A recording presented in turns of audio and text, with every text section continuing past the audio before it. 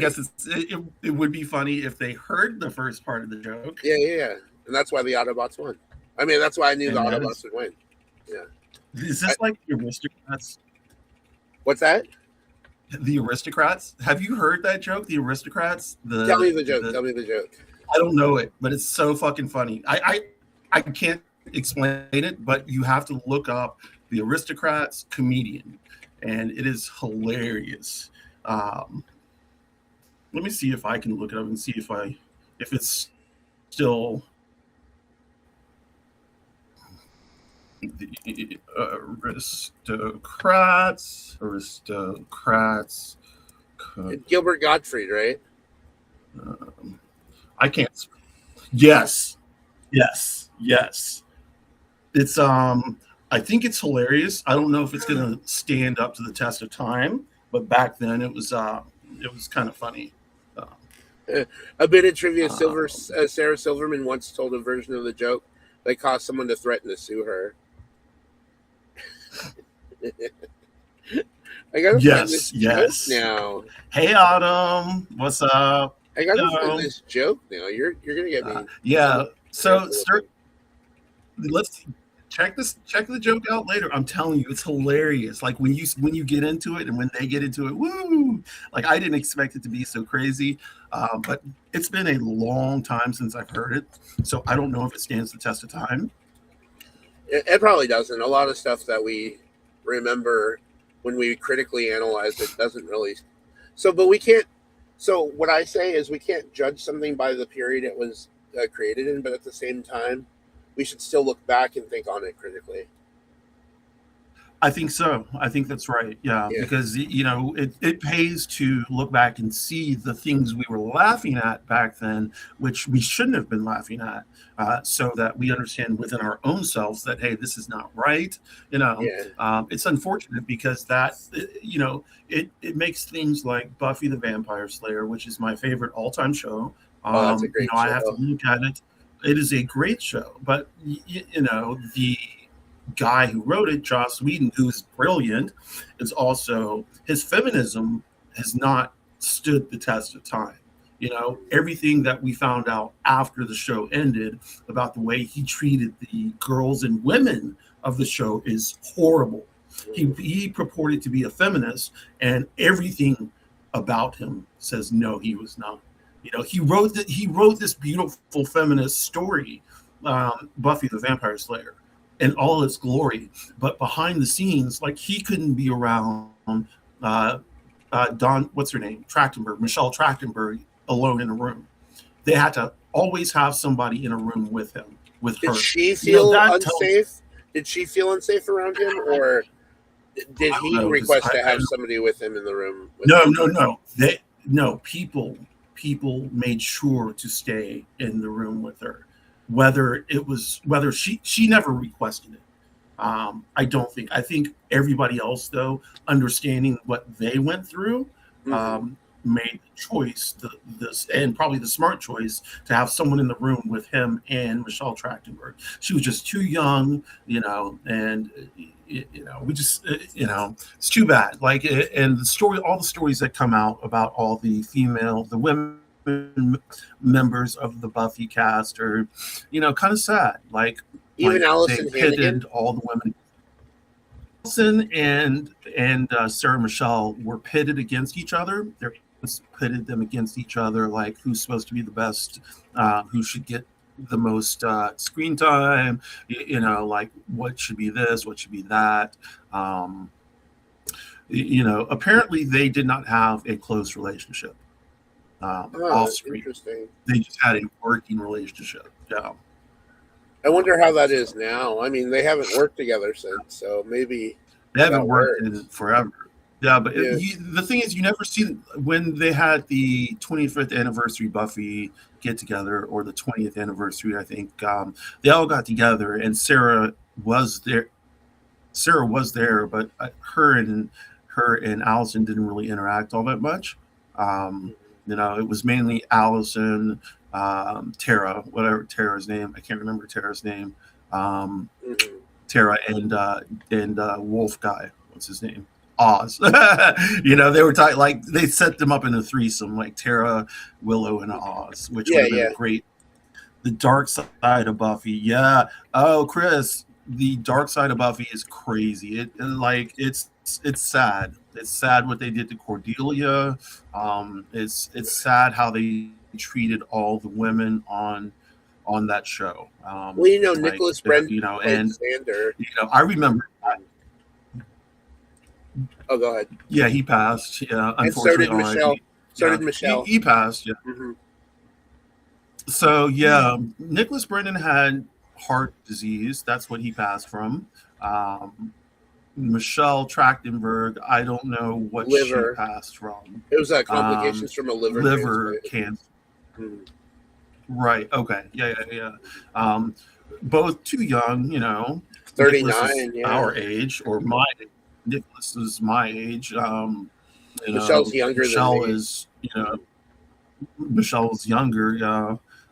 So both like heavy losses. Like Nicholas, I'm not surprised about.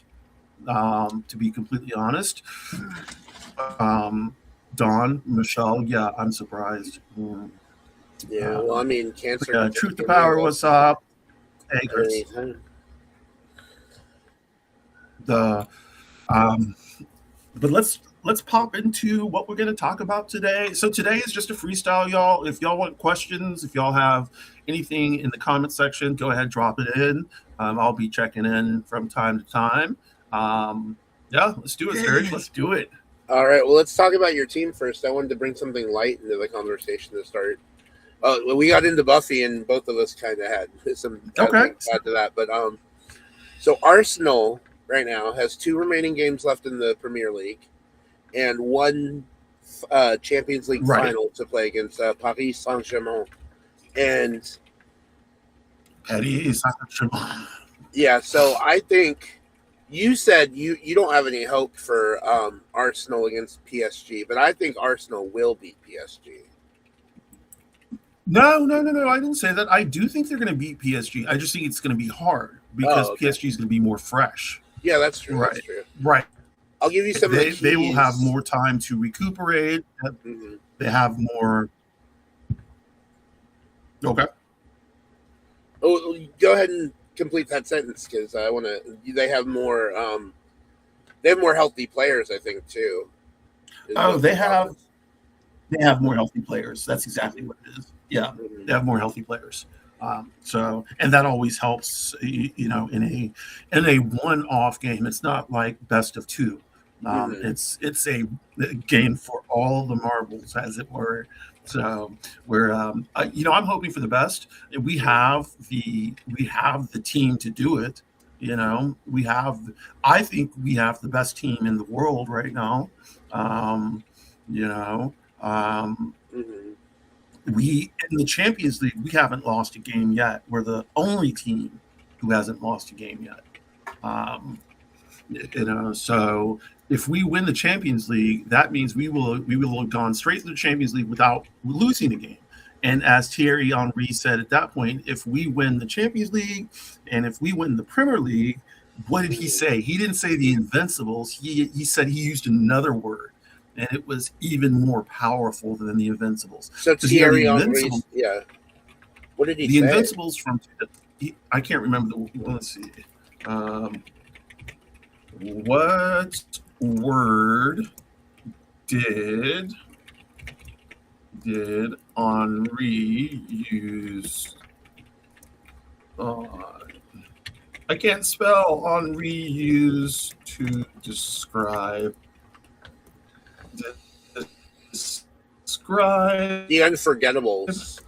Arsenal if they win. If you guys do it, you'll be the Unforgettables. Yes.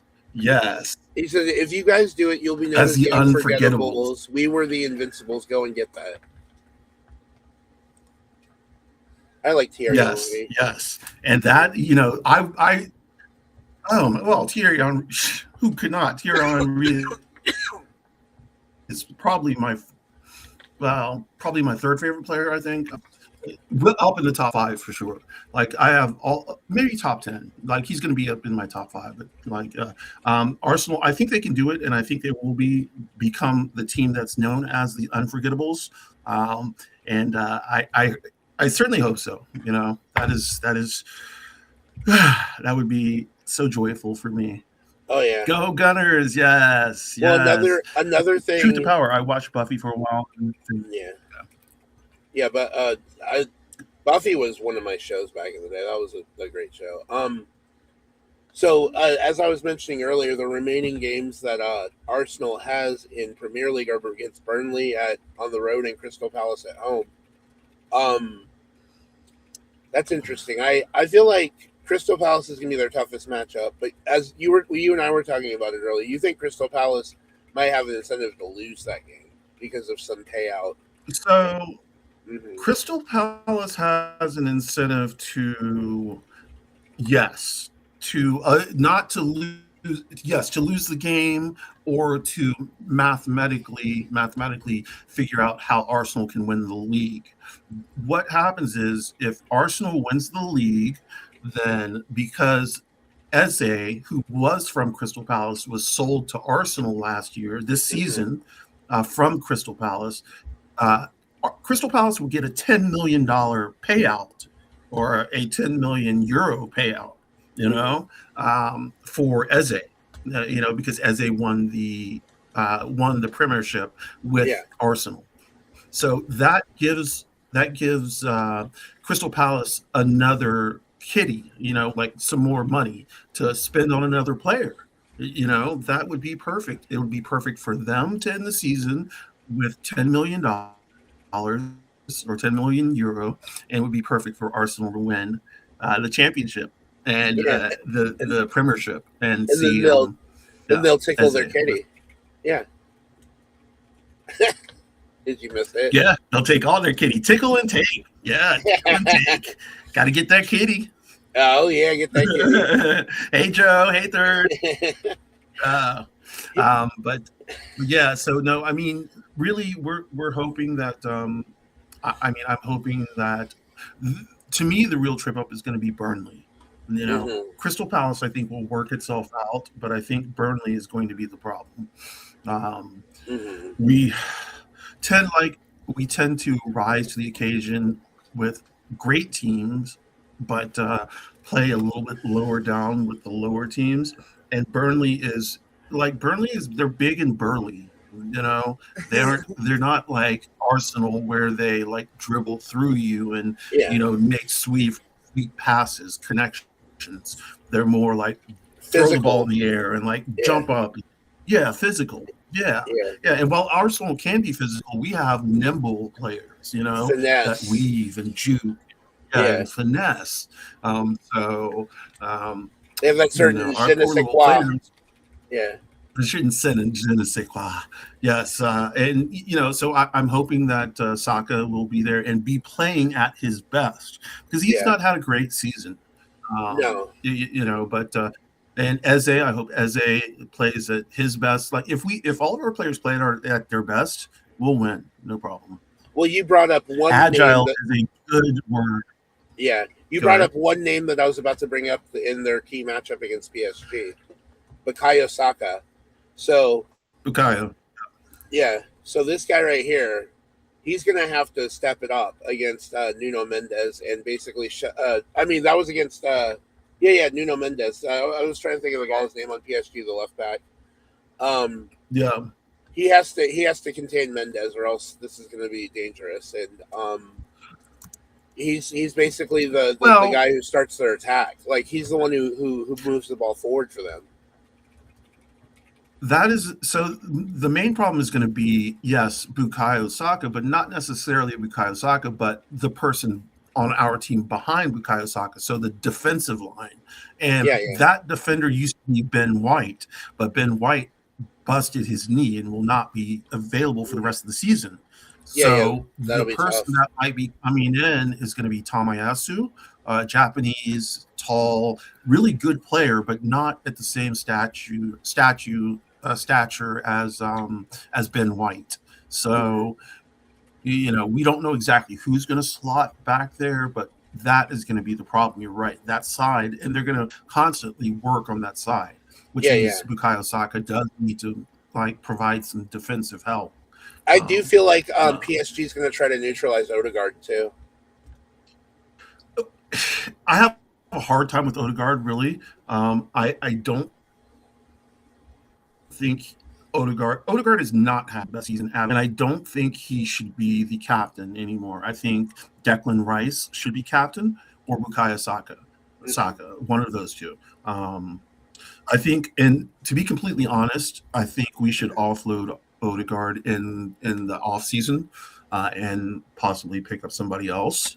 Mm-hmm. Um, I think that Odegaard was great for us. I think if we want to take the next step, then we're going to need someone a little bit more solid. Um, so, Mm-hmm. and I also hear that we're trying to get another striker, which maybe okay, so we can use another striker, but it's becoming an embarrassment of riches in the sense that that we're just having all these players. I still think Manchester City underperformed. Yes, truth to power. So Manchester City has underperformed this year. They have, and that's not taking anything away from Arsenal's play. Arsenal has played an amazing season, but Manchester City has lost points. More points than they should have. Um, so even with Arsenal picking up the most wins in their season ever, there's still the opportunity for Manchester City to win the league. That's so fucked up. Arsenal has played so well this entire season, except for the last 3 games. This is how Arsenal always does. So the last 3 seasons, we've come in second place. And it's because at the end of each season, we choke. The last 5 to 10 games, we choke. And, it happened the last 3 seasons. If we lose this season, it will be because the last 5 games. So I'm hoping that nothing happens like that, Um, Mm-hmm. uh, We'll see. We'll see what happens. I mean, Man City, Arsenal to the end. It's going to be a tough fight. We'll see. We'll see how that plays out. Tough fight.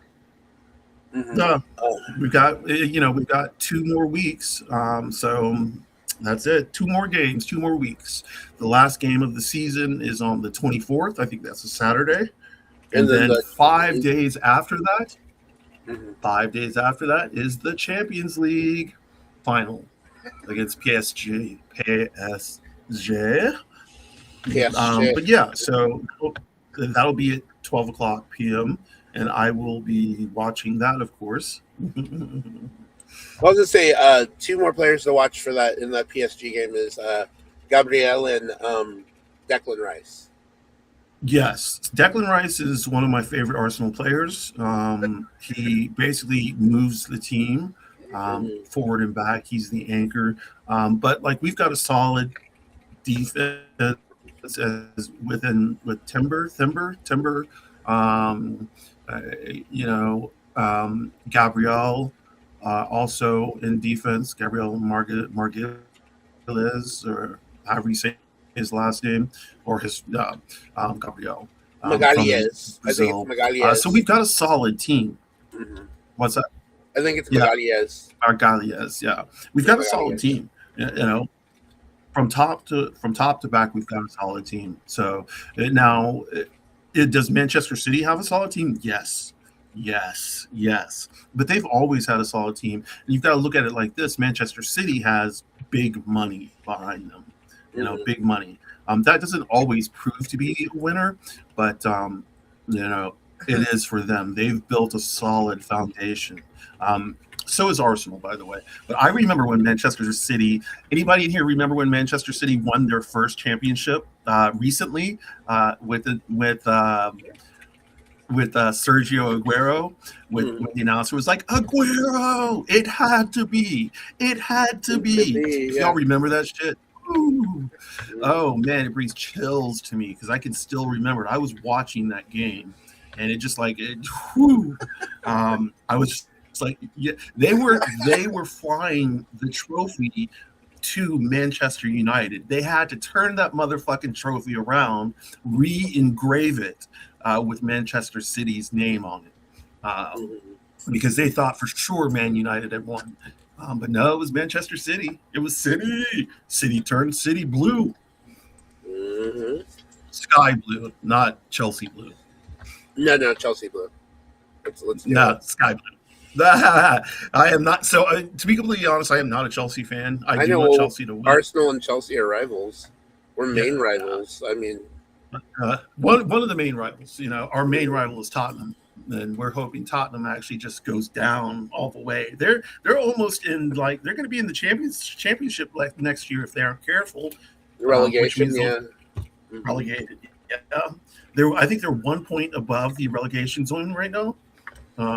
There are 2 matches left, though. So I mean, yeah, and I'm hoping they lose. I mean, I would love to see Tottenham go down while Arsenal lift the trophy. Whew, that would be sweet. Silverware for Arsenal, championship for Tottenham. Yeah. That'd be good. And we can't forget. Let me throw a little shout out to Wrexham. Ryan Gosling and Ryan Reynolds and Rob McElhenney. Yeah. So I've been following Wrexham for a minute, and I followed them this season where they first were in their championship. So they won back to back trophies, and now they were in the championship for the first season. They almost made it. They came in 7th place instead of 6th place because what happens is the first place team. Oh no, they're not going to make it. Yeah, no. They won't. They still have to play another year in the championship. But what I'm hoping is that within the next 2 or 3 years they make it to the Premier League. That would be excining. It would. I'd root for Wrexham. I'd start rooting for Wrexham just because. Well, I mean, I would root for them, but I'm not at the expense of Arsenal. Well, not at the expense of Chelsea. Not at the expense of Chelsea, obviously. Well, we're not. One of our teams is going to get relegated just so Wrexham can be there. Right. I do want to see Wrexham make it to the Premier League because that would be, in terms of a feel-good story, it would have been great if they made it this season. Yeah. If they had done back to back, that would have been. Already they've made histories. Yeah. Well, it's already unprecedented. They went back to back. And nobody has ever done that. So, that's amazing in and of itself. They've taken basically a non-league team and made them a serious contender, and they bring in a lot of money now. They're building a brand new spot for their stadium. It's Wrexham's going to be, hopefully, a force. Hopefully, yeah. Or at least a contender, that's there. But unfortunately, it's a business too. And like all businesses, if things aren't being performed correctly or to the owner's satisfaction, then things change. Yeah, for sure. So the feel-good story then might change, yeah. Okay, so I know we were talking about this next topic right before we started. I was letting you know what one of the topics I brought to the table today. And you said you don't know much about it, but we'll kind of just do a quick rundown of it and then just mention some queer representation in this competition. But it's an annual competition that is now in its 70th season or 70th year. Yeah, this is the 70th year of Eurovision. Eurovision 2026 Grand Final is on Saturday. I didn't know that it was 70th year. That's a long time. Yeah, it's been around for a long time.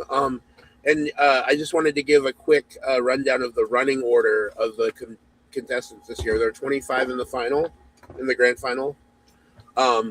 So the placement of the running order of these songs sometimes is important, especially if a song isn't gaining much traction with the fans. So they usually call the second person going up the I think it's called the death seat or whatever, that team or that country usually won't place well. And this year in the second place is Germany, and Germany's song isn't very good to begin with, so I think that's a death knell for them. They might be in last. but I'll go down the Okay. running order really quick, and I'll mention some of the favorites as I go down. So Okay. Denmark is the first one, and they're actually one of the favorites near the top. And it's they're represented by a gay guy named Soren Torpegard Lund, and he's performing a song in Danish. It's the first time they've performed in Danish. I don't know if it's ever, but it's been in a long time. Before we go home, it's For Vi Går Hjem. So that's one of the favorites. Can I ask you a question really quickly? Sure. Is I know Danish is the main language, but is English also the official language? Do they have Danish and English as the official language? I don't think English is an official language in Denmark, but I know they speak it there.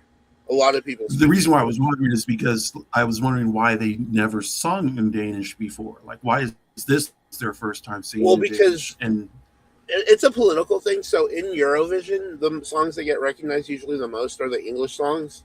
There's a little bit of oh, a political bias against songs in native languages. Although now okay, it's starting to come back. There's countries are starting to bring back their native language to the stage. So, and I'll show you examples as good, I go down. okay, Israel this year, which is a very controversial thought because of the fact that Spain, one of the big five countries, normally that one of the biggest donors to EBU, withdrew from the competition this year and boycotted the event altogether, because of Israel's involvement in Gaza. So a few countries did that as well. They didn't participate this year because of that. But Israel's going third. They're also one of the favorites to win. It's a great song. It's by Noam Betten, and it's in French, Hebrew, and English. okay, Yeah. okay, The next one is Belgium. So Belgium, nothing notable about that song. Albania, that song is sung right. completely in Albanian. Greece, that song is in Greek, and it's one of the favorites to win. It's a really fun song. But it's in Greek. It's in Yeah, yeah. Greek. Mm-hmm. Okay, that's It's called great. Ferto, and he's queer. Okay. Akilas is Are queer. all these people in Eurovision queer, or is it or no? Not all of them. There Okay. are there's sprinkles of representation every year throughout on Eurovision now of our communities. So Okay. that's huge. That's why a lot of gay people, especially gay Europeans, tune in because they love watching the competition and stuff. So Right. Right. I next one. wish. Oh, go ahead. Sorry. No, go ahead. Go ahead. Then we got Ukraine. Ukraine is usually always near the top because, well, I mean, especially since the Russian invasion, they've gotten a boost from that. But I think also they just put out good stuff every year, so it's not even besides that political aspect to it. I think Ukraine just always produces great stuff. Oh, Um, okay. yeah, go ahead. What were you going to say? No, I'm looking at information as you're talking to Oh, try sure. and because I have not paid attention to the Eurovision. Hmm. Eurovision. Thank you. Yeah. Yeah, go ahead and keep on talking, please. All right. So Uh, Australia is next, and Australia brought an established star to the stage this year. I don't know if you know her, but she's one of the voice judges okay. on Voice Australia, Delta Goodrum. So she's performing this year. I no. She's one of the favorites to win. So that she could easily be top two, top three, maybe even the winner. But there's a little bit of an uproar from some of my friends who have mentioned the contest to me, and they said she shouldn't even be able to compete because it's like a professional competing against all these amateurs. Which, Yeah, I don't I think mean, she should. I don't think she sure, should. I don't know, but I mean, I like her song a lot, and I really like her as a person. She has a really warm She personality. well, I don't know that speaks to her being a bad person. It just speaks to her being a professional, and these people Yeah. not. No. Well, some of them are. I mean, we can't Uh, disregard the fact that they probably are professionals in their own countries, but there are some that come to Eurovision that are new to the scene. That's 100% right. It's just it seems like they would want to figure out a way to be like, okay, no people who have like professional contracts or something like that hold like 100% amateur. But is her name Delta Goodrum? Yeah, yeah, Goodrum? Delta Goodrum. Hmm. good drum. Okay. And then Serbia is next, and Serbia did a song in Serbian, which is cool. Krajmen, I think it's Krajmene is how you say that. Then Malta has a song called Bella, and for the first time I don't know if it's the first time ever, but I heard it's the first time in a long time that they're actually featuring the Maltese language in one of their songs. So it's in That is English. good. It's in English and Maltese, but this Okay. song is pretty. I like this one a lot. Czechia was one of the ones that's next. I didn't really Right. like his song, but he made it. Whatever. Bulgaria. This one is like a crazy little bop. It's like repetitive bangarangara, and I'm like, I keep singing that to Mike, and Mike's like, stop it, you're annoying me with bangaranga shit. Bangaranga. You got to listen to that one, Bulgaria bangaranga badara. I have the page pulled up with all the videos. So Yeah. Croatia is next at 13. Nothing memorable about there. Are you going up or down? I'm going down the list. I'm going down the What? running order. Oh, I have a different list. I have from NPR the 10 best songs. Oh, that's fine. That's fine. I'm on EurovisionWorld.com, so that's where I'm looking. That's where I need to be. Eurovision Yeah. World. Okay. And then United Kingdom is 14th. Their song, I mean, Brandon actually said that was one of his top 10 favorite songs from this year's competition. A lot of people told me they like it. I don't see the appeal in this song. So literally, it's all in English, and there's these guys dance. There's these guys dancing with computers on their head, and the name of the group is Look Mum No Computer, and the name of the song is something I forget it. But then like after it says 1, 2, 3. So the only part of the song that's not in English is when he's counting to 3 in German. I don't know what the appeal there is there. Okay, so he goes 1, 2, 3, and then he starts singing in Yeah, it's stupid. Okay. I don't understand it. Is Russia? If Russia's on No, there. Russia is not on the Eurovision contest because they were boycotted from the competition, or they were excluded from the competition after their invasion of the Ukraine in 2022. Although they have won in the past. So this is really strange. They were pushed out of Eurovision. But Israel wasn't. Israel not pushed out. That's the whole controversy. I don't think I could even not to say this is. And first of all, I don't think I could vote for Israel. I mean, not. I don't think. I know I couldn't. My conscience wouldn't let me, and not because of the person, but because of what the country has done. And it's not not the country, but the government and the administration, the IDF. I hate to break it down, but I just read something yesterday about the IDF, and sexual violence against prisoners, and this is like any sex, and they use dogs and tie people up and have dogs mount these people and have them rape them.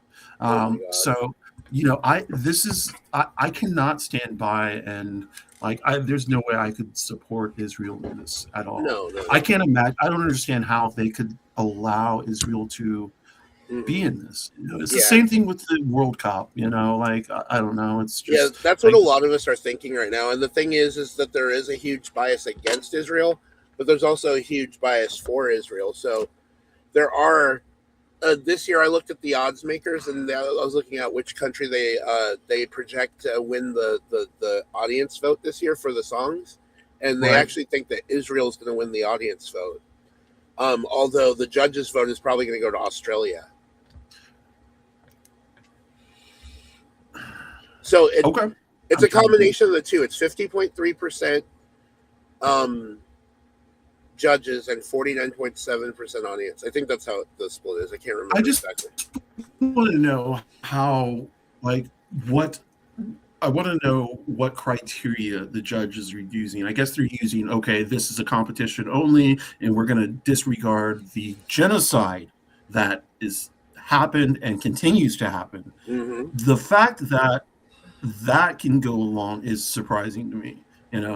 I cannot fault Israeli people themselves because I know several Jewish people who are the kindest, sweetest people, and they have family in Tel Aviv, and they at least to me and when we talk, are not against Palestinians. They are against this war.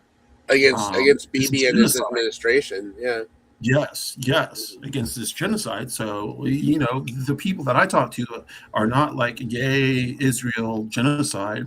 They may be like, yay, Israel, but, you know, Not yay Israel it's because it's genocide, their home country. colonized Palestine. Right, Yeah. No. right. But, you know, Israel's a little bit tricky to talk about. So maybe Yeah. we should, We'll I move am on. not, I We'll am, move on. yeah. All right. So next on my list, 15th, I got France. And France has a really good singer. She's the youngest in the competition. I mentioned her before, Okay. and you listened to her song. I sent it to you. She's 17 years old, and she's a pop opera singer named Monroe, who was born in the U.S. to an American father. They're Mormon. She was born in Utah, and a French Congolese mother. Really? Yes. Wait, a Mormon father and a French Congolese mother? How does that work? Because, you An know, American Mormons, they hate Mormon. black Yeah. people. They hate black people. Well, They I think mean, we that can't black generalize. We can't generalize dirty. that. Yeah. Okay, hold on now. Let me tell you what Mormon doctrine says. I know what Mormon doctrine says. My boyfriend that was black raised. people. Or, Yeah, so come on now. Mormon people, if they follow that doctrine, Yeah. that's the problem. So Well, that's why I think it's odd that a Mormon man would marry a black woman. You know, yeah, it's interesting. I don't see it as a problem. I think it's Yeah. interesting. But I Yeah. can't imagine that he would continue to keep his religion while this woman, you know, is black and has to basically be what, you know, how does that work? Like, what As is the far as dynamic there? as far as I know, they still live in Salt Lake City. Monroe has both French and American citizenship, and Right. they are still actively Mormon, from what I've read. That is really strange. Like, so they got life into the cult. Ugh. Okay. Yeah. Well, you know, Salt Lake City though, they did something really cool. They since I guess the governor or the administration of the state outlawed pride flags. They made their city flags a pride flag, a Juneteenth flag, and another flag. Which fucking shit, you know, Salt Lake City. I didn't even know there were black people. Now that's a joke. I know there are black people in Salt Lake City. So Salt Lake City also has a very vibrant queer community. Yes, they do, which is surprising to me. Like Salt Lake City, like you know, it's so surprising to me. Like A right in the heart a progressive mecca within a very conservative state. You know, but it shouldn't surprise me because I live in Atlanta, and that's exactly what Atlanta is, a progressive mecca within Georgia. Like you could take Atlanta out of Georgia, and you could have another little state, Atlanta. You know, Atlanta and the metro, because Atlanta and the metro is so completely different than the rest of Georgia. And Put Atlanta in the San Francisco Bay Area, and they'll fit right in. Oh yeah, Atlanta, the San Francisco Bay, or Philly, you know, because we got a lot of black people here, and so like yeah, in the Bay Area, you know, and we got, and not just black people, we got a lot of different. Repping for yeah, E40. we got a lot of different kind of people. Repping 340. We got the 404. 404 day. 404 day gets kind of crazy in Atlanta. You know E40 though, right? Yeah, I do. Yeah. I mean, he's nationally known. No. Yeah, E40. Yeah. Well, and, you know, Kaylani's from Oakland. Mm-hmm. Tupac lived in Oakland. I think. I think he's originally from Baltimore because him and Jada met in school when he was born in Baltimore. Jada Pinkett Smith. Tupac. Yeah. And they did that movie together. But he was in Oakland. Yeah. So I just remember him being in Oakland when I was a kid. Yeah, no, Tupac was in Oakland, but he was also in New York City and L.A. and so. And Las Vegas, obviously, because he got shot there. 503 in the house. 503. Yeah. All right, let's see here. So I'm going to finish the running order here. We can still comment in between. Okay. I just want to get all these done so we can move to the next segment because it's an exciting segment for me. Okay.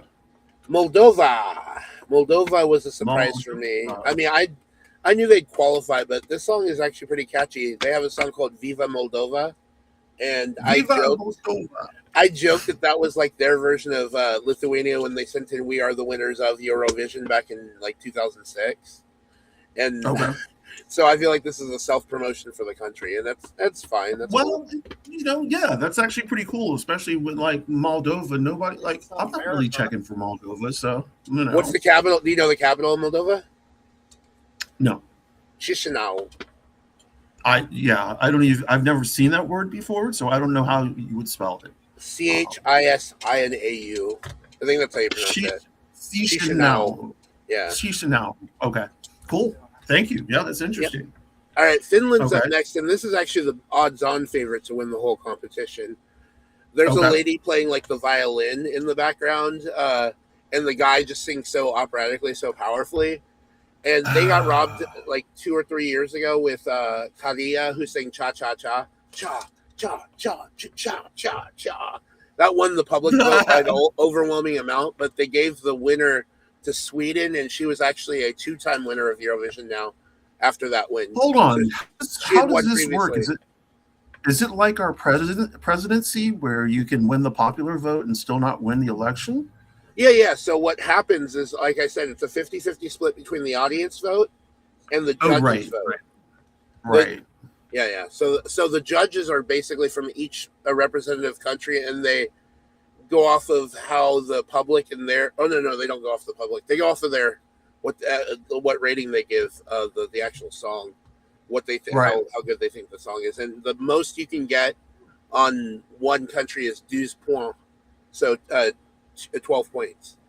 So when you look at the breakdown at the end of the competition, it'll show you which country gave what to which country or whatever. Sometimes it can get political because some countries that are friends are going to like give each other points. Oh yeah.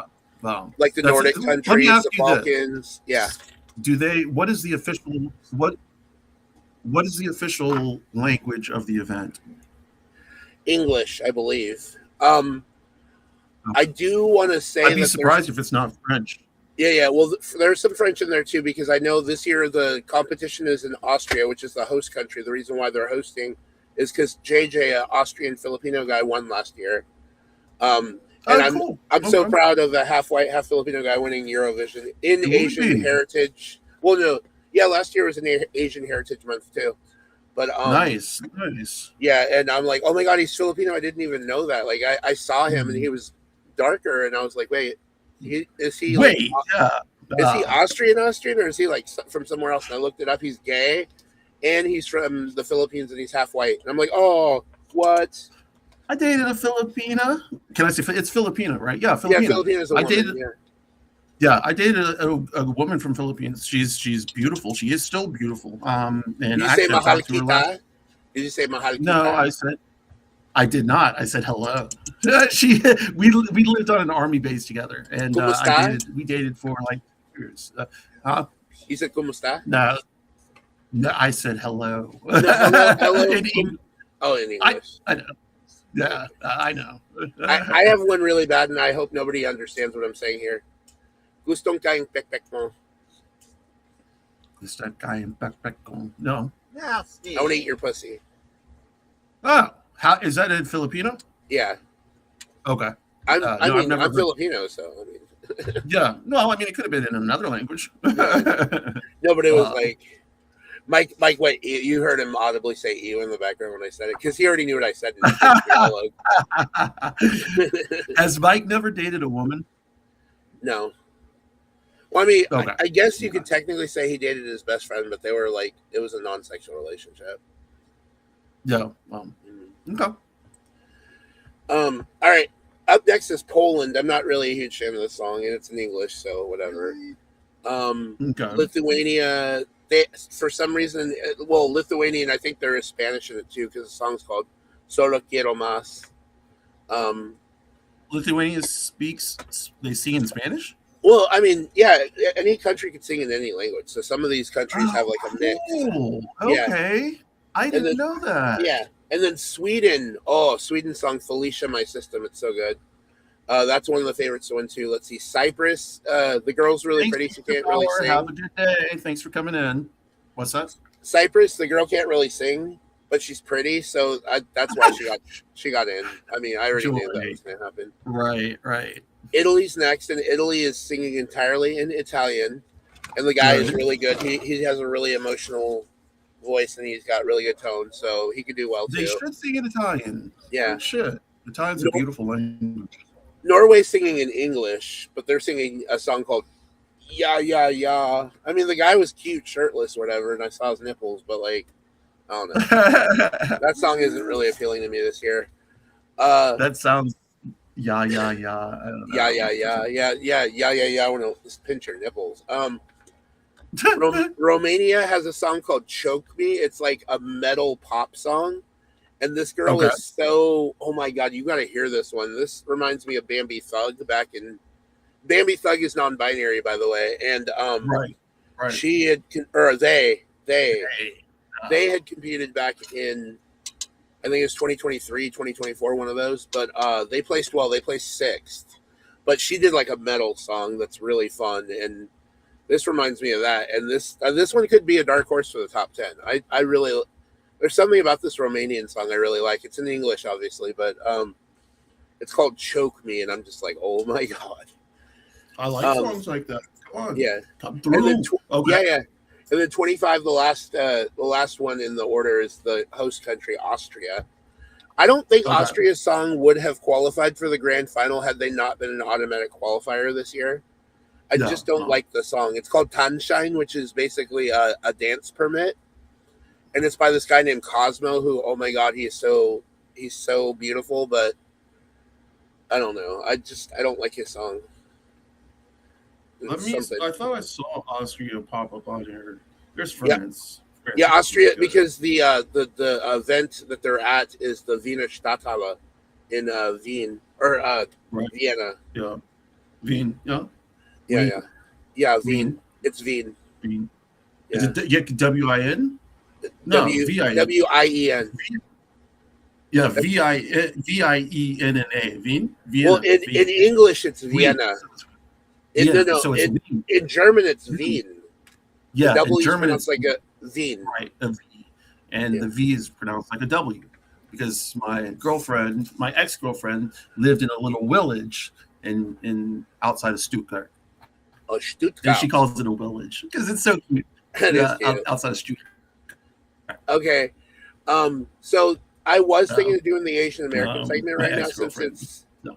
since it's American Asian American and Pacific Islander month here in the U.S. So I had a trivia thing set up for us. We're going to do that in a little bit.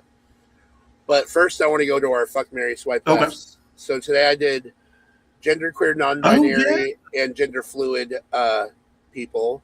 So today is all gender.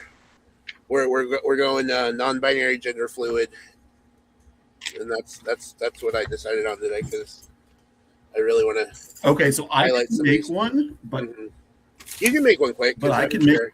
Yeah.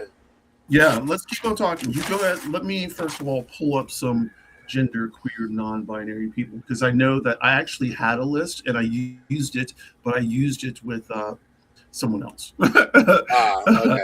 With Let's Samantha. see. So, Was that with Samantha? yes. I want to go live with yes, Sam at some yes. point. I think Uh, I'd really enjoy. I'd really enjoy her. She is so much fun. Yeah. I actually went live. You I would can't- enjoy what? Oh, I didn't hear you. So now you're coming in. Yeah. Yeah, I couldn't hear you either. So yeah, Samantha is a lot of fun. She's a great person to talk to. Autumn, her also co-host, is fun to talk to as well. And Isn't she Autumn in- is Autumn's in in our here. chat. Mm-hmm. Yes, I was Autumn's going to in say here. Autumn's in here right now. First of all, I sent you a couple songs. Did you like that Sam Smith song? Mm-hmm. That was awesome. Yeah, I had never heard that one, and the Estelle song in French. That Oh was, yeah, that was to me, beautiful. that was amazing. Mhm. I like Estelle a lot, and I love when she sings in French. Oh yeah. Or Quebecois. I think she was singing in French. Quebecois, yeah. Um, Yeah, I think so. But amazing. Hmm. For sure, for sure. Um, all right, so I'll put my list out there first while you're working on yours, but I'll give you the names. And right when we talked about Let's her, do it. she popped up. We literally just talked about Samantha, and she popped up in Hey, the chat. Sammy. We were talking about you. I think your ears are burning. Yeah, we like. All right, Sturge. Yeah. Let's do. Hmm. You keep on going in and out. I don't know. You do too. My connection's stable. I don't know. Okay. We'll figure it out. Mine's kind of unstable. Yeah, so it's probably mine. All right, so the first one Okay, I let's do have, it. yeah, the first one I have here is Montaigne. Montaigne. Let me look this person up. Spell their name. Montaigne. Montaigne. Taingene. Michelle de Montaigne. Michelle de Montaigne. No, Yeah. that's the No, actual old Montaigne. No. Okay. So musician Montaigne. So go down a little bit. Musician. Let's see. Musician. Okay.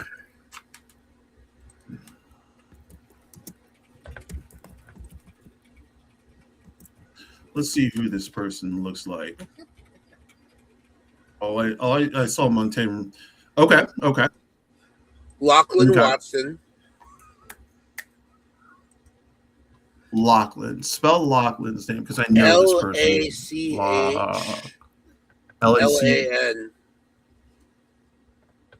And then Watson. No.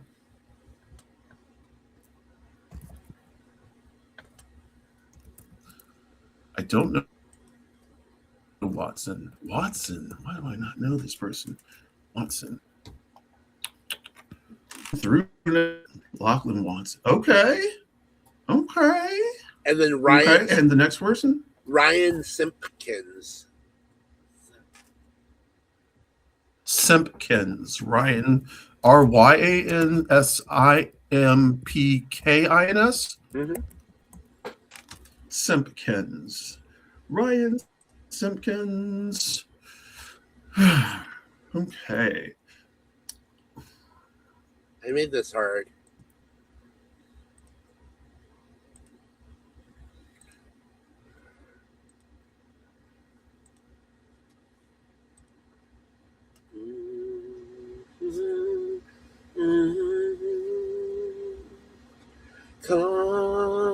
Constant craving. Are we back? Okay, we're back. Finally. You Sturge. Yeah. Sturge. Who was the first person? Montaigne. Who was the first person? Montaigne. Okay, Montaigne, Ryan Simpkins, and Lachlan Wilson. Or Watson. Okay. So Ryan Simpkins, I'm gonna swipe. I think Montaigne, I'm gonna marry. And Lachlan, nice. I'm gonna fuck. No. I'm going the same way as you. No. I think that's the. Are you? That's the play. So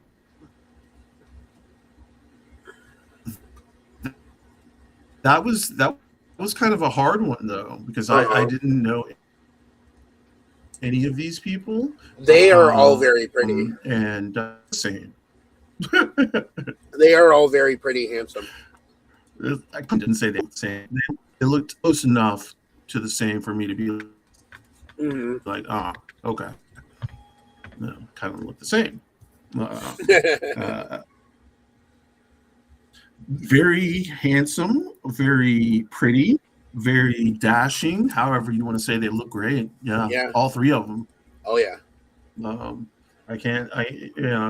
was one of the tougher ones in terms of swiping. Yeah. Okay, so I've got several I've written down. The first one, of course, I don't know if we've done this. This person before is Ruby Rose. Ruby Rose. Oh, pretty. All right, next.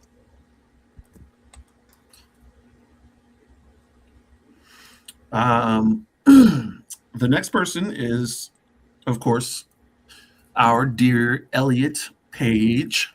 Oh, okay. And then we are going to go with Halsey. Oh, Halsey, yes. All right, let's see here. I'm gonna marry Elliot. I'm going to Okay. I'm going to fuck Ruby Rose. I'm swiping on Halsey. Right. Mhm. Okay. So I would go the opposite way. Well, I'm going to swipe on Ruby Rose. Okay. So I think we're both correct on that. But I'm going to marry Halsey and fuck Elliot. Yeah. Okay. Cool. And I'm thinking switch. It might. I don't know. The reason Halsey, I don't know. I have a problem with Halsey singing. But she is a they pronouns. They look they're kind of attractive to me. Yeah. Kind of. I mean, Halsey's attractive enough. I just don't all right. like. So I've got. I don't some like. more. I don't like their music. I don't like Halsey's music. I don't like their music at all. At all. Yeah. Well, that's what killed it for me. If your music's not good, then like it's just it's not good to me at all. Yeah, I don't want anything to do with them. Yeah. All right. Right. Do you have another list? Because okay. I don't have another one. But if you have another one, you can go for it. I can throw out a couple more names if you'd like. We don't have to. Yeah, go ahead. Yasmin. Okay. Well, Yasmin who? Let me do Yasmin one who? more. Okay. Yasmin Finney, Finney, Finney. Okay. Liv Hewson. I love Liv. And then Dua Saleh, Duasaleh. Yep, I got it. All right, I'm going to marry Dua. I'm going to fuck Liv and swipe on Yasmin.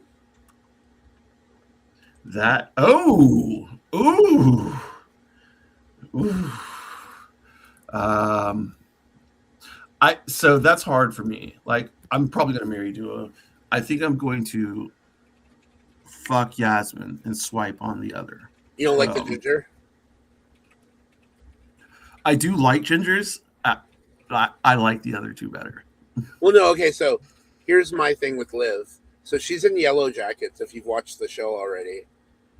She's young Vanessa, which, oh my God, she's so good in the role. The teenagers that play in that movie, that show, along with the adults who play them as adults, it's such a good show. Right. Once you get into it, you're going to get addicted, I swear. I have a thing where I don't watch scary movies. You mean scary shows? Yeah. Scary shows or scary movies. Either. Mm-hmm. Anything scary, I don't watch it.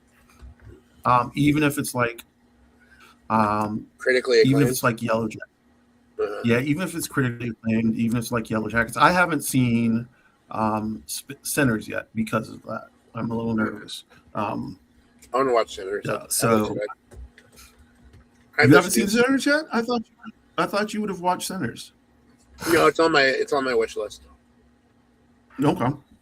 It's supposed to be really good. I don't know. Like, everybody I know who's seen it loves it. Michael B. Jordan. I mean, come on. Yeah, seriously. And what's up, Aggie? Bye, Aggie. Okay. So Misuse, what's up? Okay, so let's pop on to the next one. What we gonna do next? All right. We'll talk about it. So my next thing is the we're gonna celebrate Asian American, Native Hawaiian, and Pacific Islander month for a second. So this is AANHPI Heritage Month. I have some questions. You don't have to give me these right, but I'm going to throw the questions out there so that the information is out there once we're done. Okay. How much do you know about Asian American history? 0, like 10%. None really. Not. Well, let's see. Well, then we'll both learn together. Okay. All right. Well, who was the first Asian American woman elected to the U.S. Congress, serving as a fierce advocate for civil rights from 1965 to 1977? Is it A. Patsy Mink, B. Anna Mae Wong, C. Dalip Singh Sond, or D. Grace Lee Boggs? Jesus Christ. I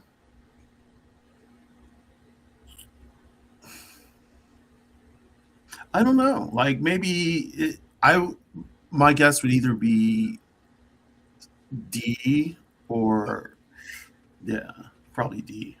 Okay, so you're going with Grace Lee Boggs. The answer Yeah. is A. Patsy Mink. Patsy Mink was a Japanese American politician from Hawaii. She became the Okay. first woman of color in Congress and co-authored Title IX, which transformed gender equality in education and sports. Anna Mae Wong is an actress. Dalip Singh Sond was the first Asian American man in Congress.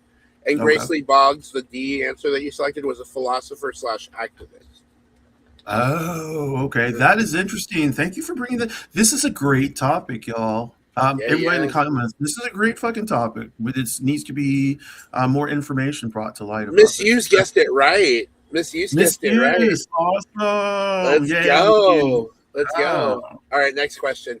In 1982, the tragic murder of which Chinese American man in Detroit galvanized the nationwide civil rights movement for Pan-Asian solidarity and hate crime legislation? Was it Fred Korematsu, Vincent Chin, Larry Italion, or Philip Vera Cruz? I think Vincent Chen, and that's just going by the name. And I apologize if that's stereotypical and shit. I'll read the answer. So, Vincent Chin was brutally beaten to death by two white auto workers who blamed Japan for U.S. auto industry layoffs. The attackers received 0 jail time, which sparked a massive civil rights awakening across diverse Asian American groups. So the answer you got correct was Vincent Chin. The incorrect options: Fred Korematsu challenged Japanese internment during World War II. Larry Leong and Philip Vera Cruz were labor leaders.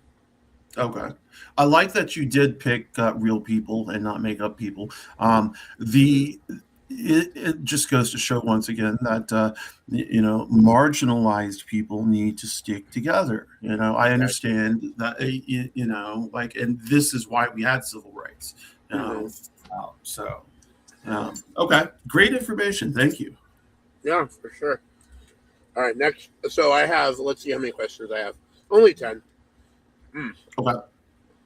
The next one is Asian American and Pacific Islander Heritage Month is celebrated in May to commemorate 2 specific milestones.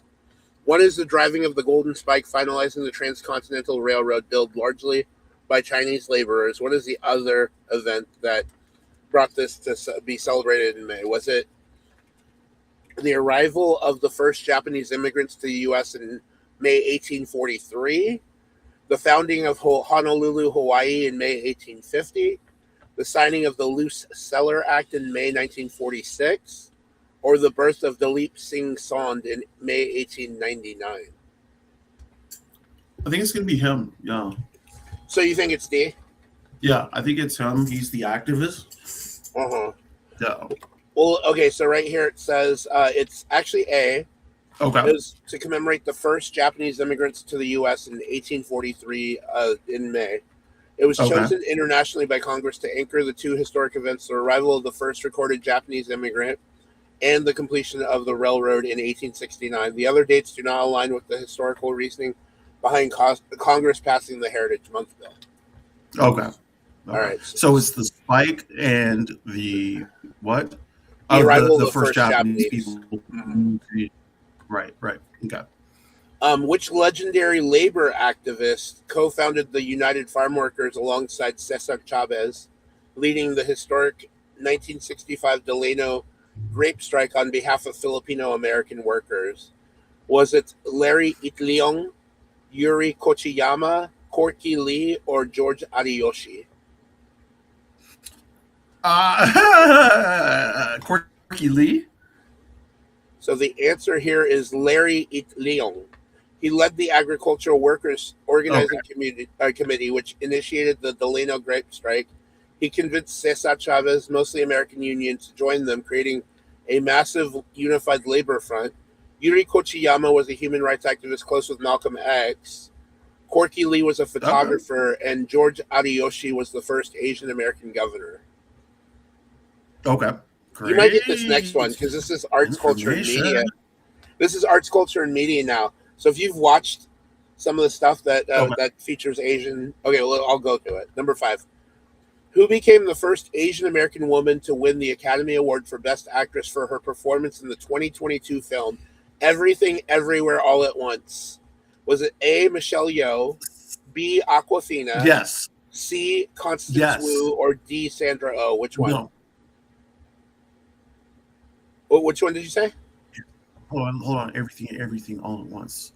I've seen that movie. It's a Michelle great Yeoh. movie. Michelle Yeoh. Yeah, No, it's Michelle Yeoh. Yeah. For sure. Yeah. I don't have to explain the other ones because all of them are actresses. Right. Which trailblazing Chinese American actress became the first Asian American to receive a star on the Hollywood Walk of Fame, which was featured on the U.S. Quarter in 2022? Is it Nancy Kwan, Anna May Wong, Lucy Liu, or Merle Oberon?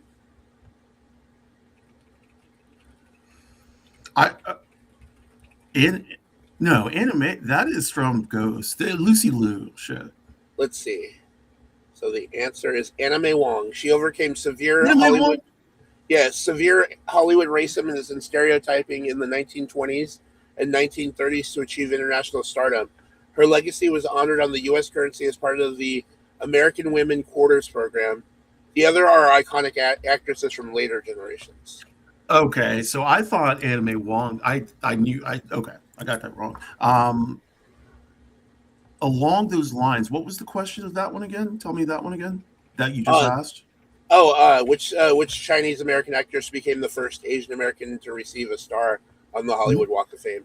Oh, the reason why I wanted you to pause for that is Lucy Liu. Yeah, she is an actress, but she's also a painter, and she's an artist. And if you don't know her art, she paints a lot of lesbian art. Women.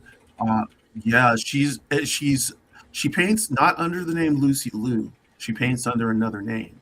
I don't know if it's her birth name, or a name she just chose. But she's an amazing artist. So y'all look out for Lucy Liu stuff. Yeah, under a different name, of course. Let me just look it up. So we. Yeah. Give me a second here. I'm doing it now. For her arts. Art. Has used her Chinese birth name Yuling or Yuling as a pseudonym for her art career to keep it separate from her Hollywood acting fame. So that is actually her Chinese birth name. Yuling. And if you look at the art, it's all like women, like all women, and there is some beautiful work, and she is fucking stunning. Yeah, she is gorgeous, gorgeous. All right, 4 more questions. This one should be easier. We'll see. What term was coined by activists and students at UC Berkeley in 1968? This is actually one of the schools I was looking to go to build political solidarity across disparate ethnic groups, replacing outdated derogatory colonial labels. Which term is the term that they used it was coined by activists and students at UC Berkeley. So is it Asian American, Oriental, Pacific Islander, or model minority?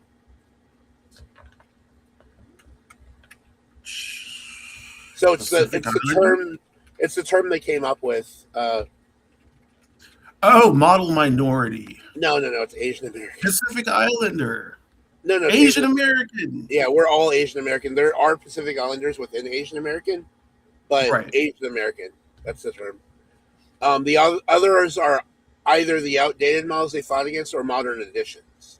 So Pacific Islander was a modern edition that some of them fall within the Pacific Islander realm and some of them don't. Pacific Islander is a group within the whole Asian American category, or the whole Asian category. Well, there's also the oceanic countries that aren't part of Asia. Yeah. Right. Mm-hmm. Like Tongan, Samoan, Guamanian. Right, Tonga, Samoan. Yeah. No. Yeah, well, Guam is a part of the U.S. Guam is a part of the U.S. Yeah, Guam is U.S. Do they consider New Zealand down there, or is that stuck with No. New Zealand Australia? They're they're white. Australia's in I mean, Oceania. they're Austronesian. So the Austronesian people, the Maori, the natives Is that to what New it's Zealand. Austronesian? Yeah, yeah. The Maori are actually a Right. part of the Pacific Islander group, but not Yeah. the white New Zealanders. Right. Did you know? Let me tell you something. Did you know that the current Japanese, the people you think Japanese who inhabit Japan, they are not indigenous to Japan. The indigenous Japanese are black, like dark skin. Ooh, Yeah, dark that's skinned black nice. indigenous people. And when you see like this homogenous nature of Japanese people, it is not true. Japanese people came in and slowly booted out a lot of the natives. There are still native Japanese people there. They just don't, you don't see them in the news. You don't see anything about them because colorism and because racism. But Yeah. yeah, they're like, yeah, the Japanese, like the whole J-pop, like all these Japanese people, they are, well, they are people. I'm not saying they're not people. I'm not saying anything like that. I'm just saying they are not native to Japan. Mm-hmm. No, I understand what you're saying. Yeah. That makes sense. Well, I don't know if it makes sense, but that opened my eyes to something I didn't know. Yeah, that's interesting. This is okay. According to recent demographic data, what unique characteristic distinguishes the Asian American population from other major racial groups in the United States regarding mixed race identity? It has the highest and fastest growing percentage of multiracial individuals, with millions identifying as mixed race. It has the lowest percentage of mixed race individuals due to strict immigration patterns. Mixed race individuals are completely legally excluded from federal AANHPI data collection, and it is the only racial group where multiracial individuals outnumber single race individuals. Which one of these is the correct answer for Asian Americans regarding mixed identity? Sounds like it's probably the fifth, the last. The only racial group where It's probably the multiracial last. individuals outnumber the single race. I would say the last one. Let's see if that is correct. Actually, it is A. It has the highest and fastest growing percentage of multiracial individuals, myself included. Damn. Yes. Navigating third space identity. Okay. So, Pew research in the U.S. Census Bureau shows that the multiracial Asian population is booming, where there are Asians that don't feel Asian enough or white enough when they're mixed. A defining pillar, or black enough, because there are also black Asians like Tiger Woods and my cousin. A defining pillar of modern Asian discourse. B and C are factually incorrect, and D is false, as single race individuals still make up the majority. All right, next question. Single race individuals still make up the majority. Okay. Hi, Margaret. In the Asian community. Oh, is Margaret here? Hi, Margaret. Yep, she just popped in. Oh my gosh, I want to do a live with Margaret sometime. That'd be fun. Yeah, me too. Margaret, hit me up. I'd love to do a live with you. Yeah, same. If you want to come on with us, Margaret, I mean, me, you, and OnyxRose, let's go. We can do that. All right, anyway, I'm going to... Hey. Anyway, okay. The last two questions for Asian Heritage Month, and then we're going to shift over to the stuff I told you earlier about the more heavier stuff. Okay. What iconic Olympic athlete who won 2 gold medals in diving 1948 and 1952 was a Korean white heritage, becoming the first Asian American man to win an Olympic gold for the U.S.? Is it Duke Kahanamoku, Sammy Lee, Dr. Sammy Lee, or Tommy Kono? These are great questions, but I don't know the answer to any of these questions, and I feel bad. But I would say Dr. Sammy Lee. Why not? Let's make him a doctor. It is actually Sammy Lee, but actually, so he was Dr. Sammy Lee, but that was after. So, okay, you're right. We'll give you that one because either one. Yeah. Here's the last question. This one: which award-winning multiracial author explored her mixed-race heritage, family grief, and Korean heritage in her critically acclaimed 2021 memoir "Crying in H Mart"? Michelle Zauner, Celeste Ng, Amy Tan, or Jhumpa Lahiri? That sucks because I know like 3 of the 4 names. It's not Jhumpa Lahiri. It could either be Amy Tan or the one before Amy Tan. What's the one before Amy Tan? Celeste Ng. I think it's probably Celestine. No. It's Michelle Zauner. Is it really? Yes, I have never heard of that person. who is also the front woman of the indie pop band Japanese Breakfast, wrote Crying to Age Really? Smart to grapple with the loss of her Korean mother and her journey to hold on to her cultural identity through food. I did not know that. That's a great question there. I like that. Thank you. Yeah. Hi, Sarah. All right. So another topic I wanted to bring up. I don't know how this transitions from us going from Asian American heritage to issues within the transgender community. But Okay. I was talking to you about this earlier. So I was Right. reading a thing that it says it's a little more common than is reported, that there is a bit of a misgendering kink within the trans community. How do you feel about that? So personally, I don't find the kink, and I don't find like if kink is defined. First of all, let me pop in here and, and define kink. I want to be pretty specific on the word kink. An unconventional sex preference, fantasy, or interest that falls outside of traditional or mainstream practices. So, if that is like, if people are getting turned on by being misgendered, that is not me. I can't get down like that. That is not my kink. I you know, I don't like being misgendered. I don't know that a lot of trans. I don't like. It seems strange to me that that would be a kink. I can't say that it's not. Apparently, there are people who get down like that. But as a trans person, I would feel really, uh, really out of sync if someone were to be like, "Yeah, that's it," I couldn't. Yeah, that's just not a kink for me. I can't be like, call me call me him, or call me, I don't know, like my pronouns are she, they, and that's how I expect to be called or Mm-hmm. talked to, or talked about. I yeah, like, and if you're talking about a kink, like as in what people do, what consenting adults do within the privacy of their own bedroom or Mm-hmm. what else, then yeah, that's okay. Still, I think it's kind of strange. It's a What bit do you think? disturbing to me. It's a bit disturbing to me.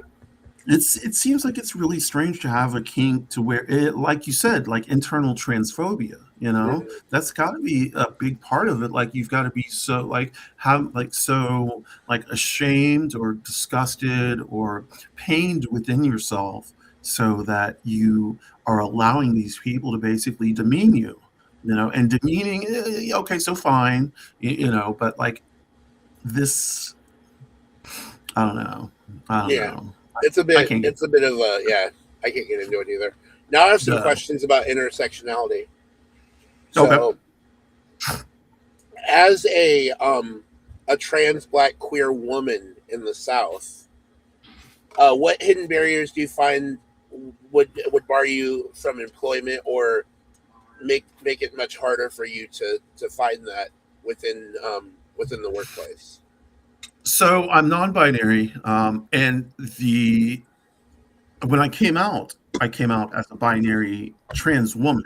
Mm-hmm. So the problem with that was always my voice. They would, because once I changed my name legally, Mm-hmm. before changing my name legally, I had to use my old name.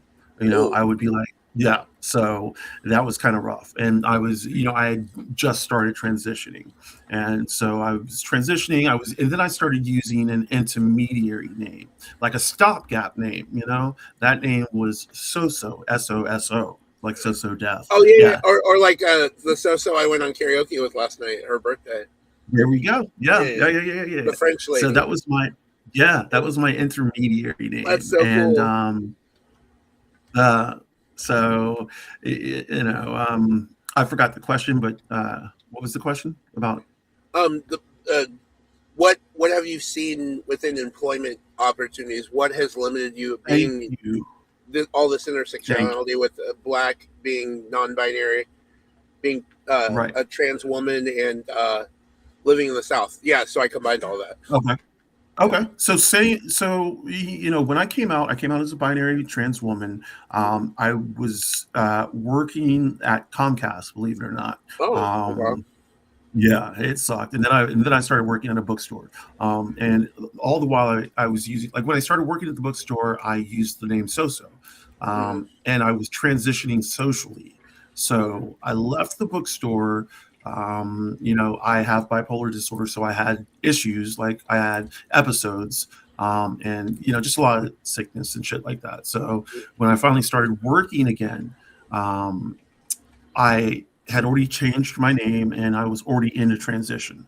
So I my first place interviewing after not working for 3 years, um, I went in a dress, like a A-line slip dress from Torrid, Oh, yeah. and like some like Doc Martens that are like this big, with platforms on them, and I got the job. At that point, it was easy because I could use my name, not worry about my voice, and work at this. It was a magic shop, so Oh. I felt, yeah, it worked out that everybody I worked with, um, like out of like 60 or 70 employees in this store, Mm. um, there were like three people who were cishet. That was it. Everybody else was non-binary, trans, gay, queer, lesbian, some stripe of the queer family. So Oh. that helped me immensely in working, and I learned. I there were a lot of younger people, there were some older people, but there was a nice mix of people, meaning there were some black people, there were some white people, there were some Hispanic people, some Mexican people, Mexican Americans. We had a good mix, and everybody was energetically synced up. So things, as I became, as the problem was, the problem now, since I haven't worked since May the 5th of last year, if when I do plan on getting another job, once I get out of some issues that I'm having right now, um, when I do plan to get another job, it won't be as hard because they won't have to worry about my voice. I can't say hi, so I'll tell you.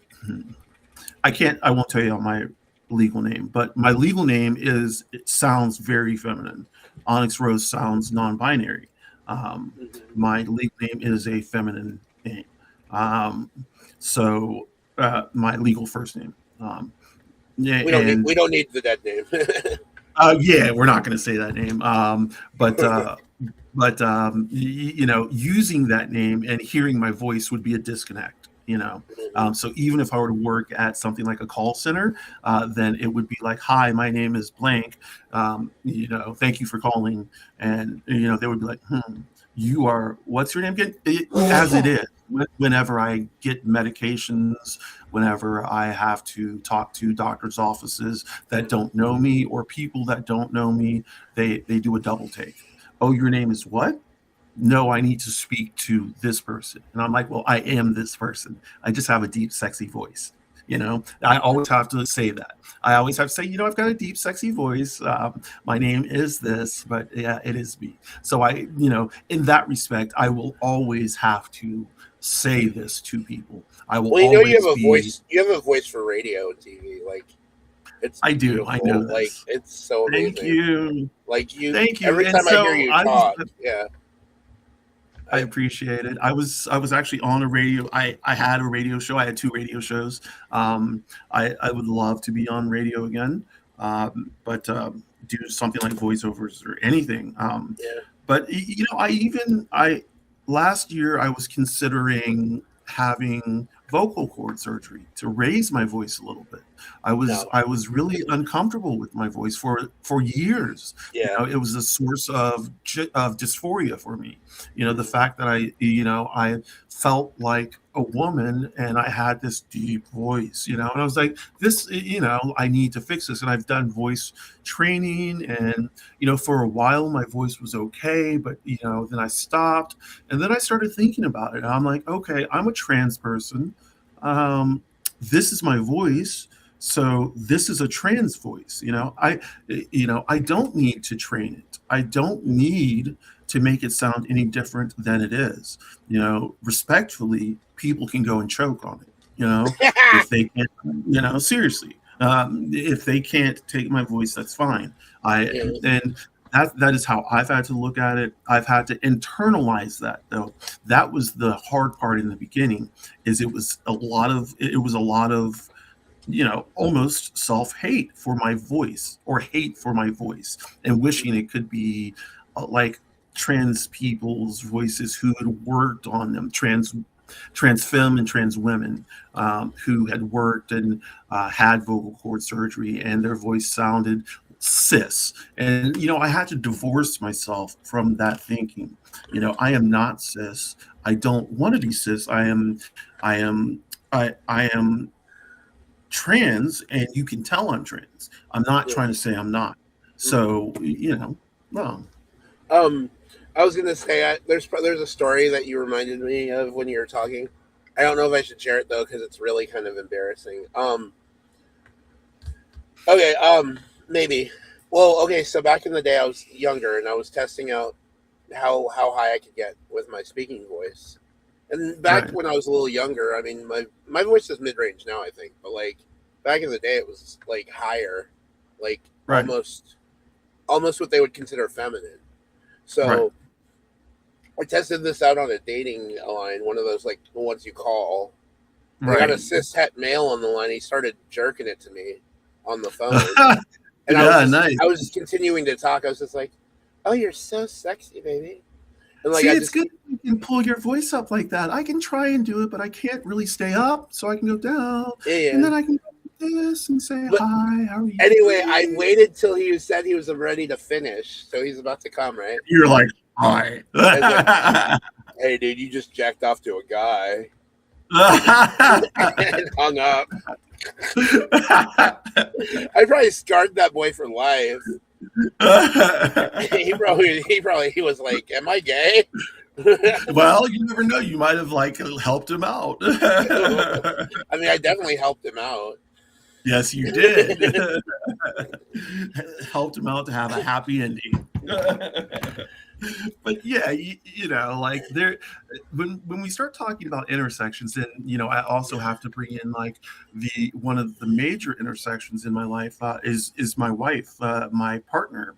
Egg is white, and she is white, like bright white. Michael, But yeah. yeah, but she and before she started dating me, she Mhm. had never dated a black person, so that was something new for her. I had dated, like I said, I don't know if you may have heard me say this, but I was a United Colors of Benetton type person. Yeah, I never discriminated. I dated all kinds of people, yeah. all colors, all nationalities, all ethnicities. So up until I started dating Egg, I had a vibrant dating life. I was a little bit of a slut, I won't lie. But it it it, it Egg had to then come in and learn and to confront her internal racism, Oh, that is something that, and but the same thing, by the same token, I had to learn to confront my inner issues, and that was something that I had to do because, when people look at you and a white person, I was at that time masquerading as a guy. So what people see is a guy, is a black guy and a white woman. And automatically, I like the thoughts that come in for people. We got this a lot. You're a race traitor to your race. oh yeah, We I've heard got that one. yeah, we've got spit on. We've been got nasty looks. We get put the farthest table away from the entrance at restaurants. People don't come to take our order. These things. These things are natural. Not anymore, but back in the beginning, they were. Yeah, yeah. You know, and so I had to. While it didn't bother me as much because I was used to it, the microaggressions, I had seen them.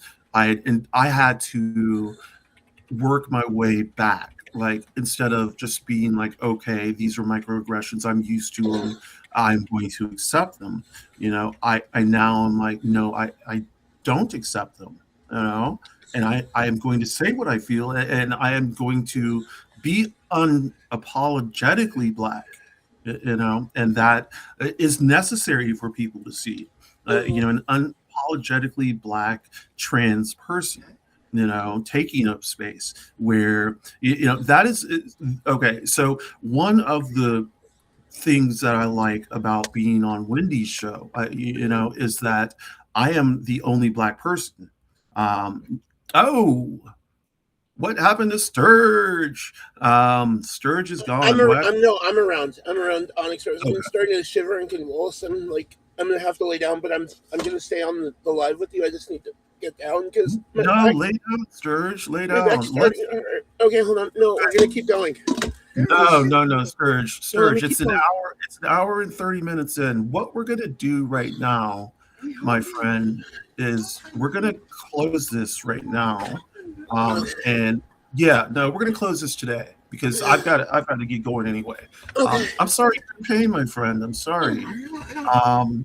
Let's close it right now. No trash, no transphobia, no racism, no ableism, no sexism, no homophobia, no xenophobia, no Islamophobia. Land back, reparations. Oh yeah. Borders. Fuck Trump, and fuck ICE. Yeah. All right, y'all. Serge, get some rest. I hope you feel better. We'll talk later. All right. We will. Oh, hold on. Okay. Bye, y'all. All right. Bye, everyone. Hold on. Let me lock this. There we go. You're good.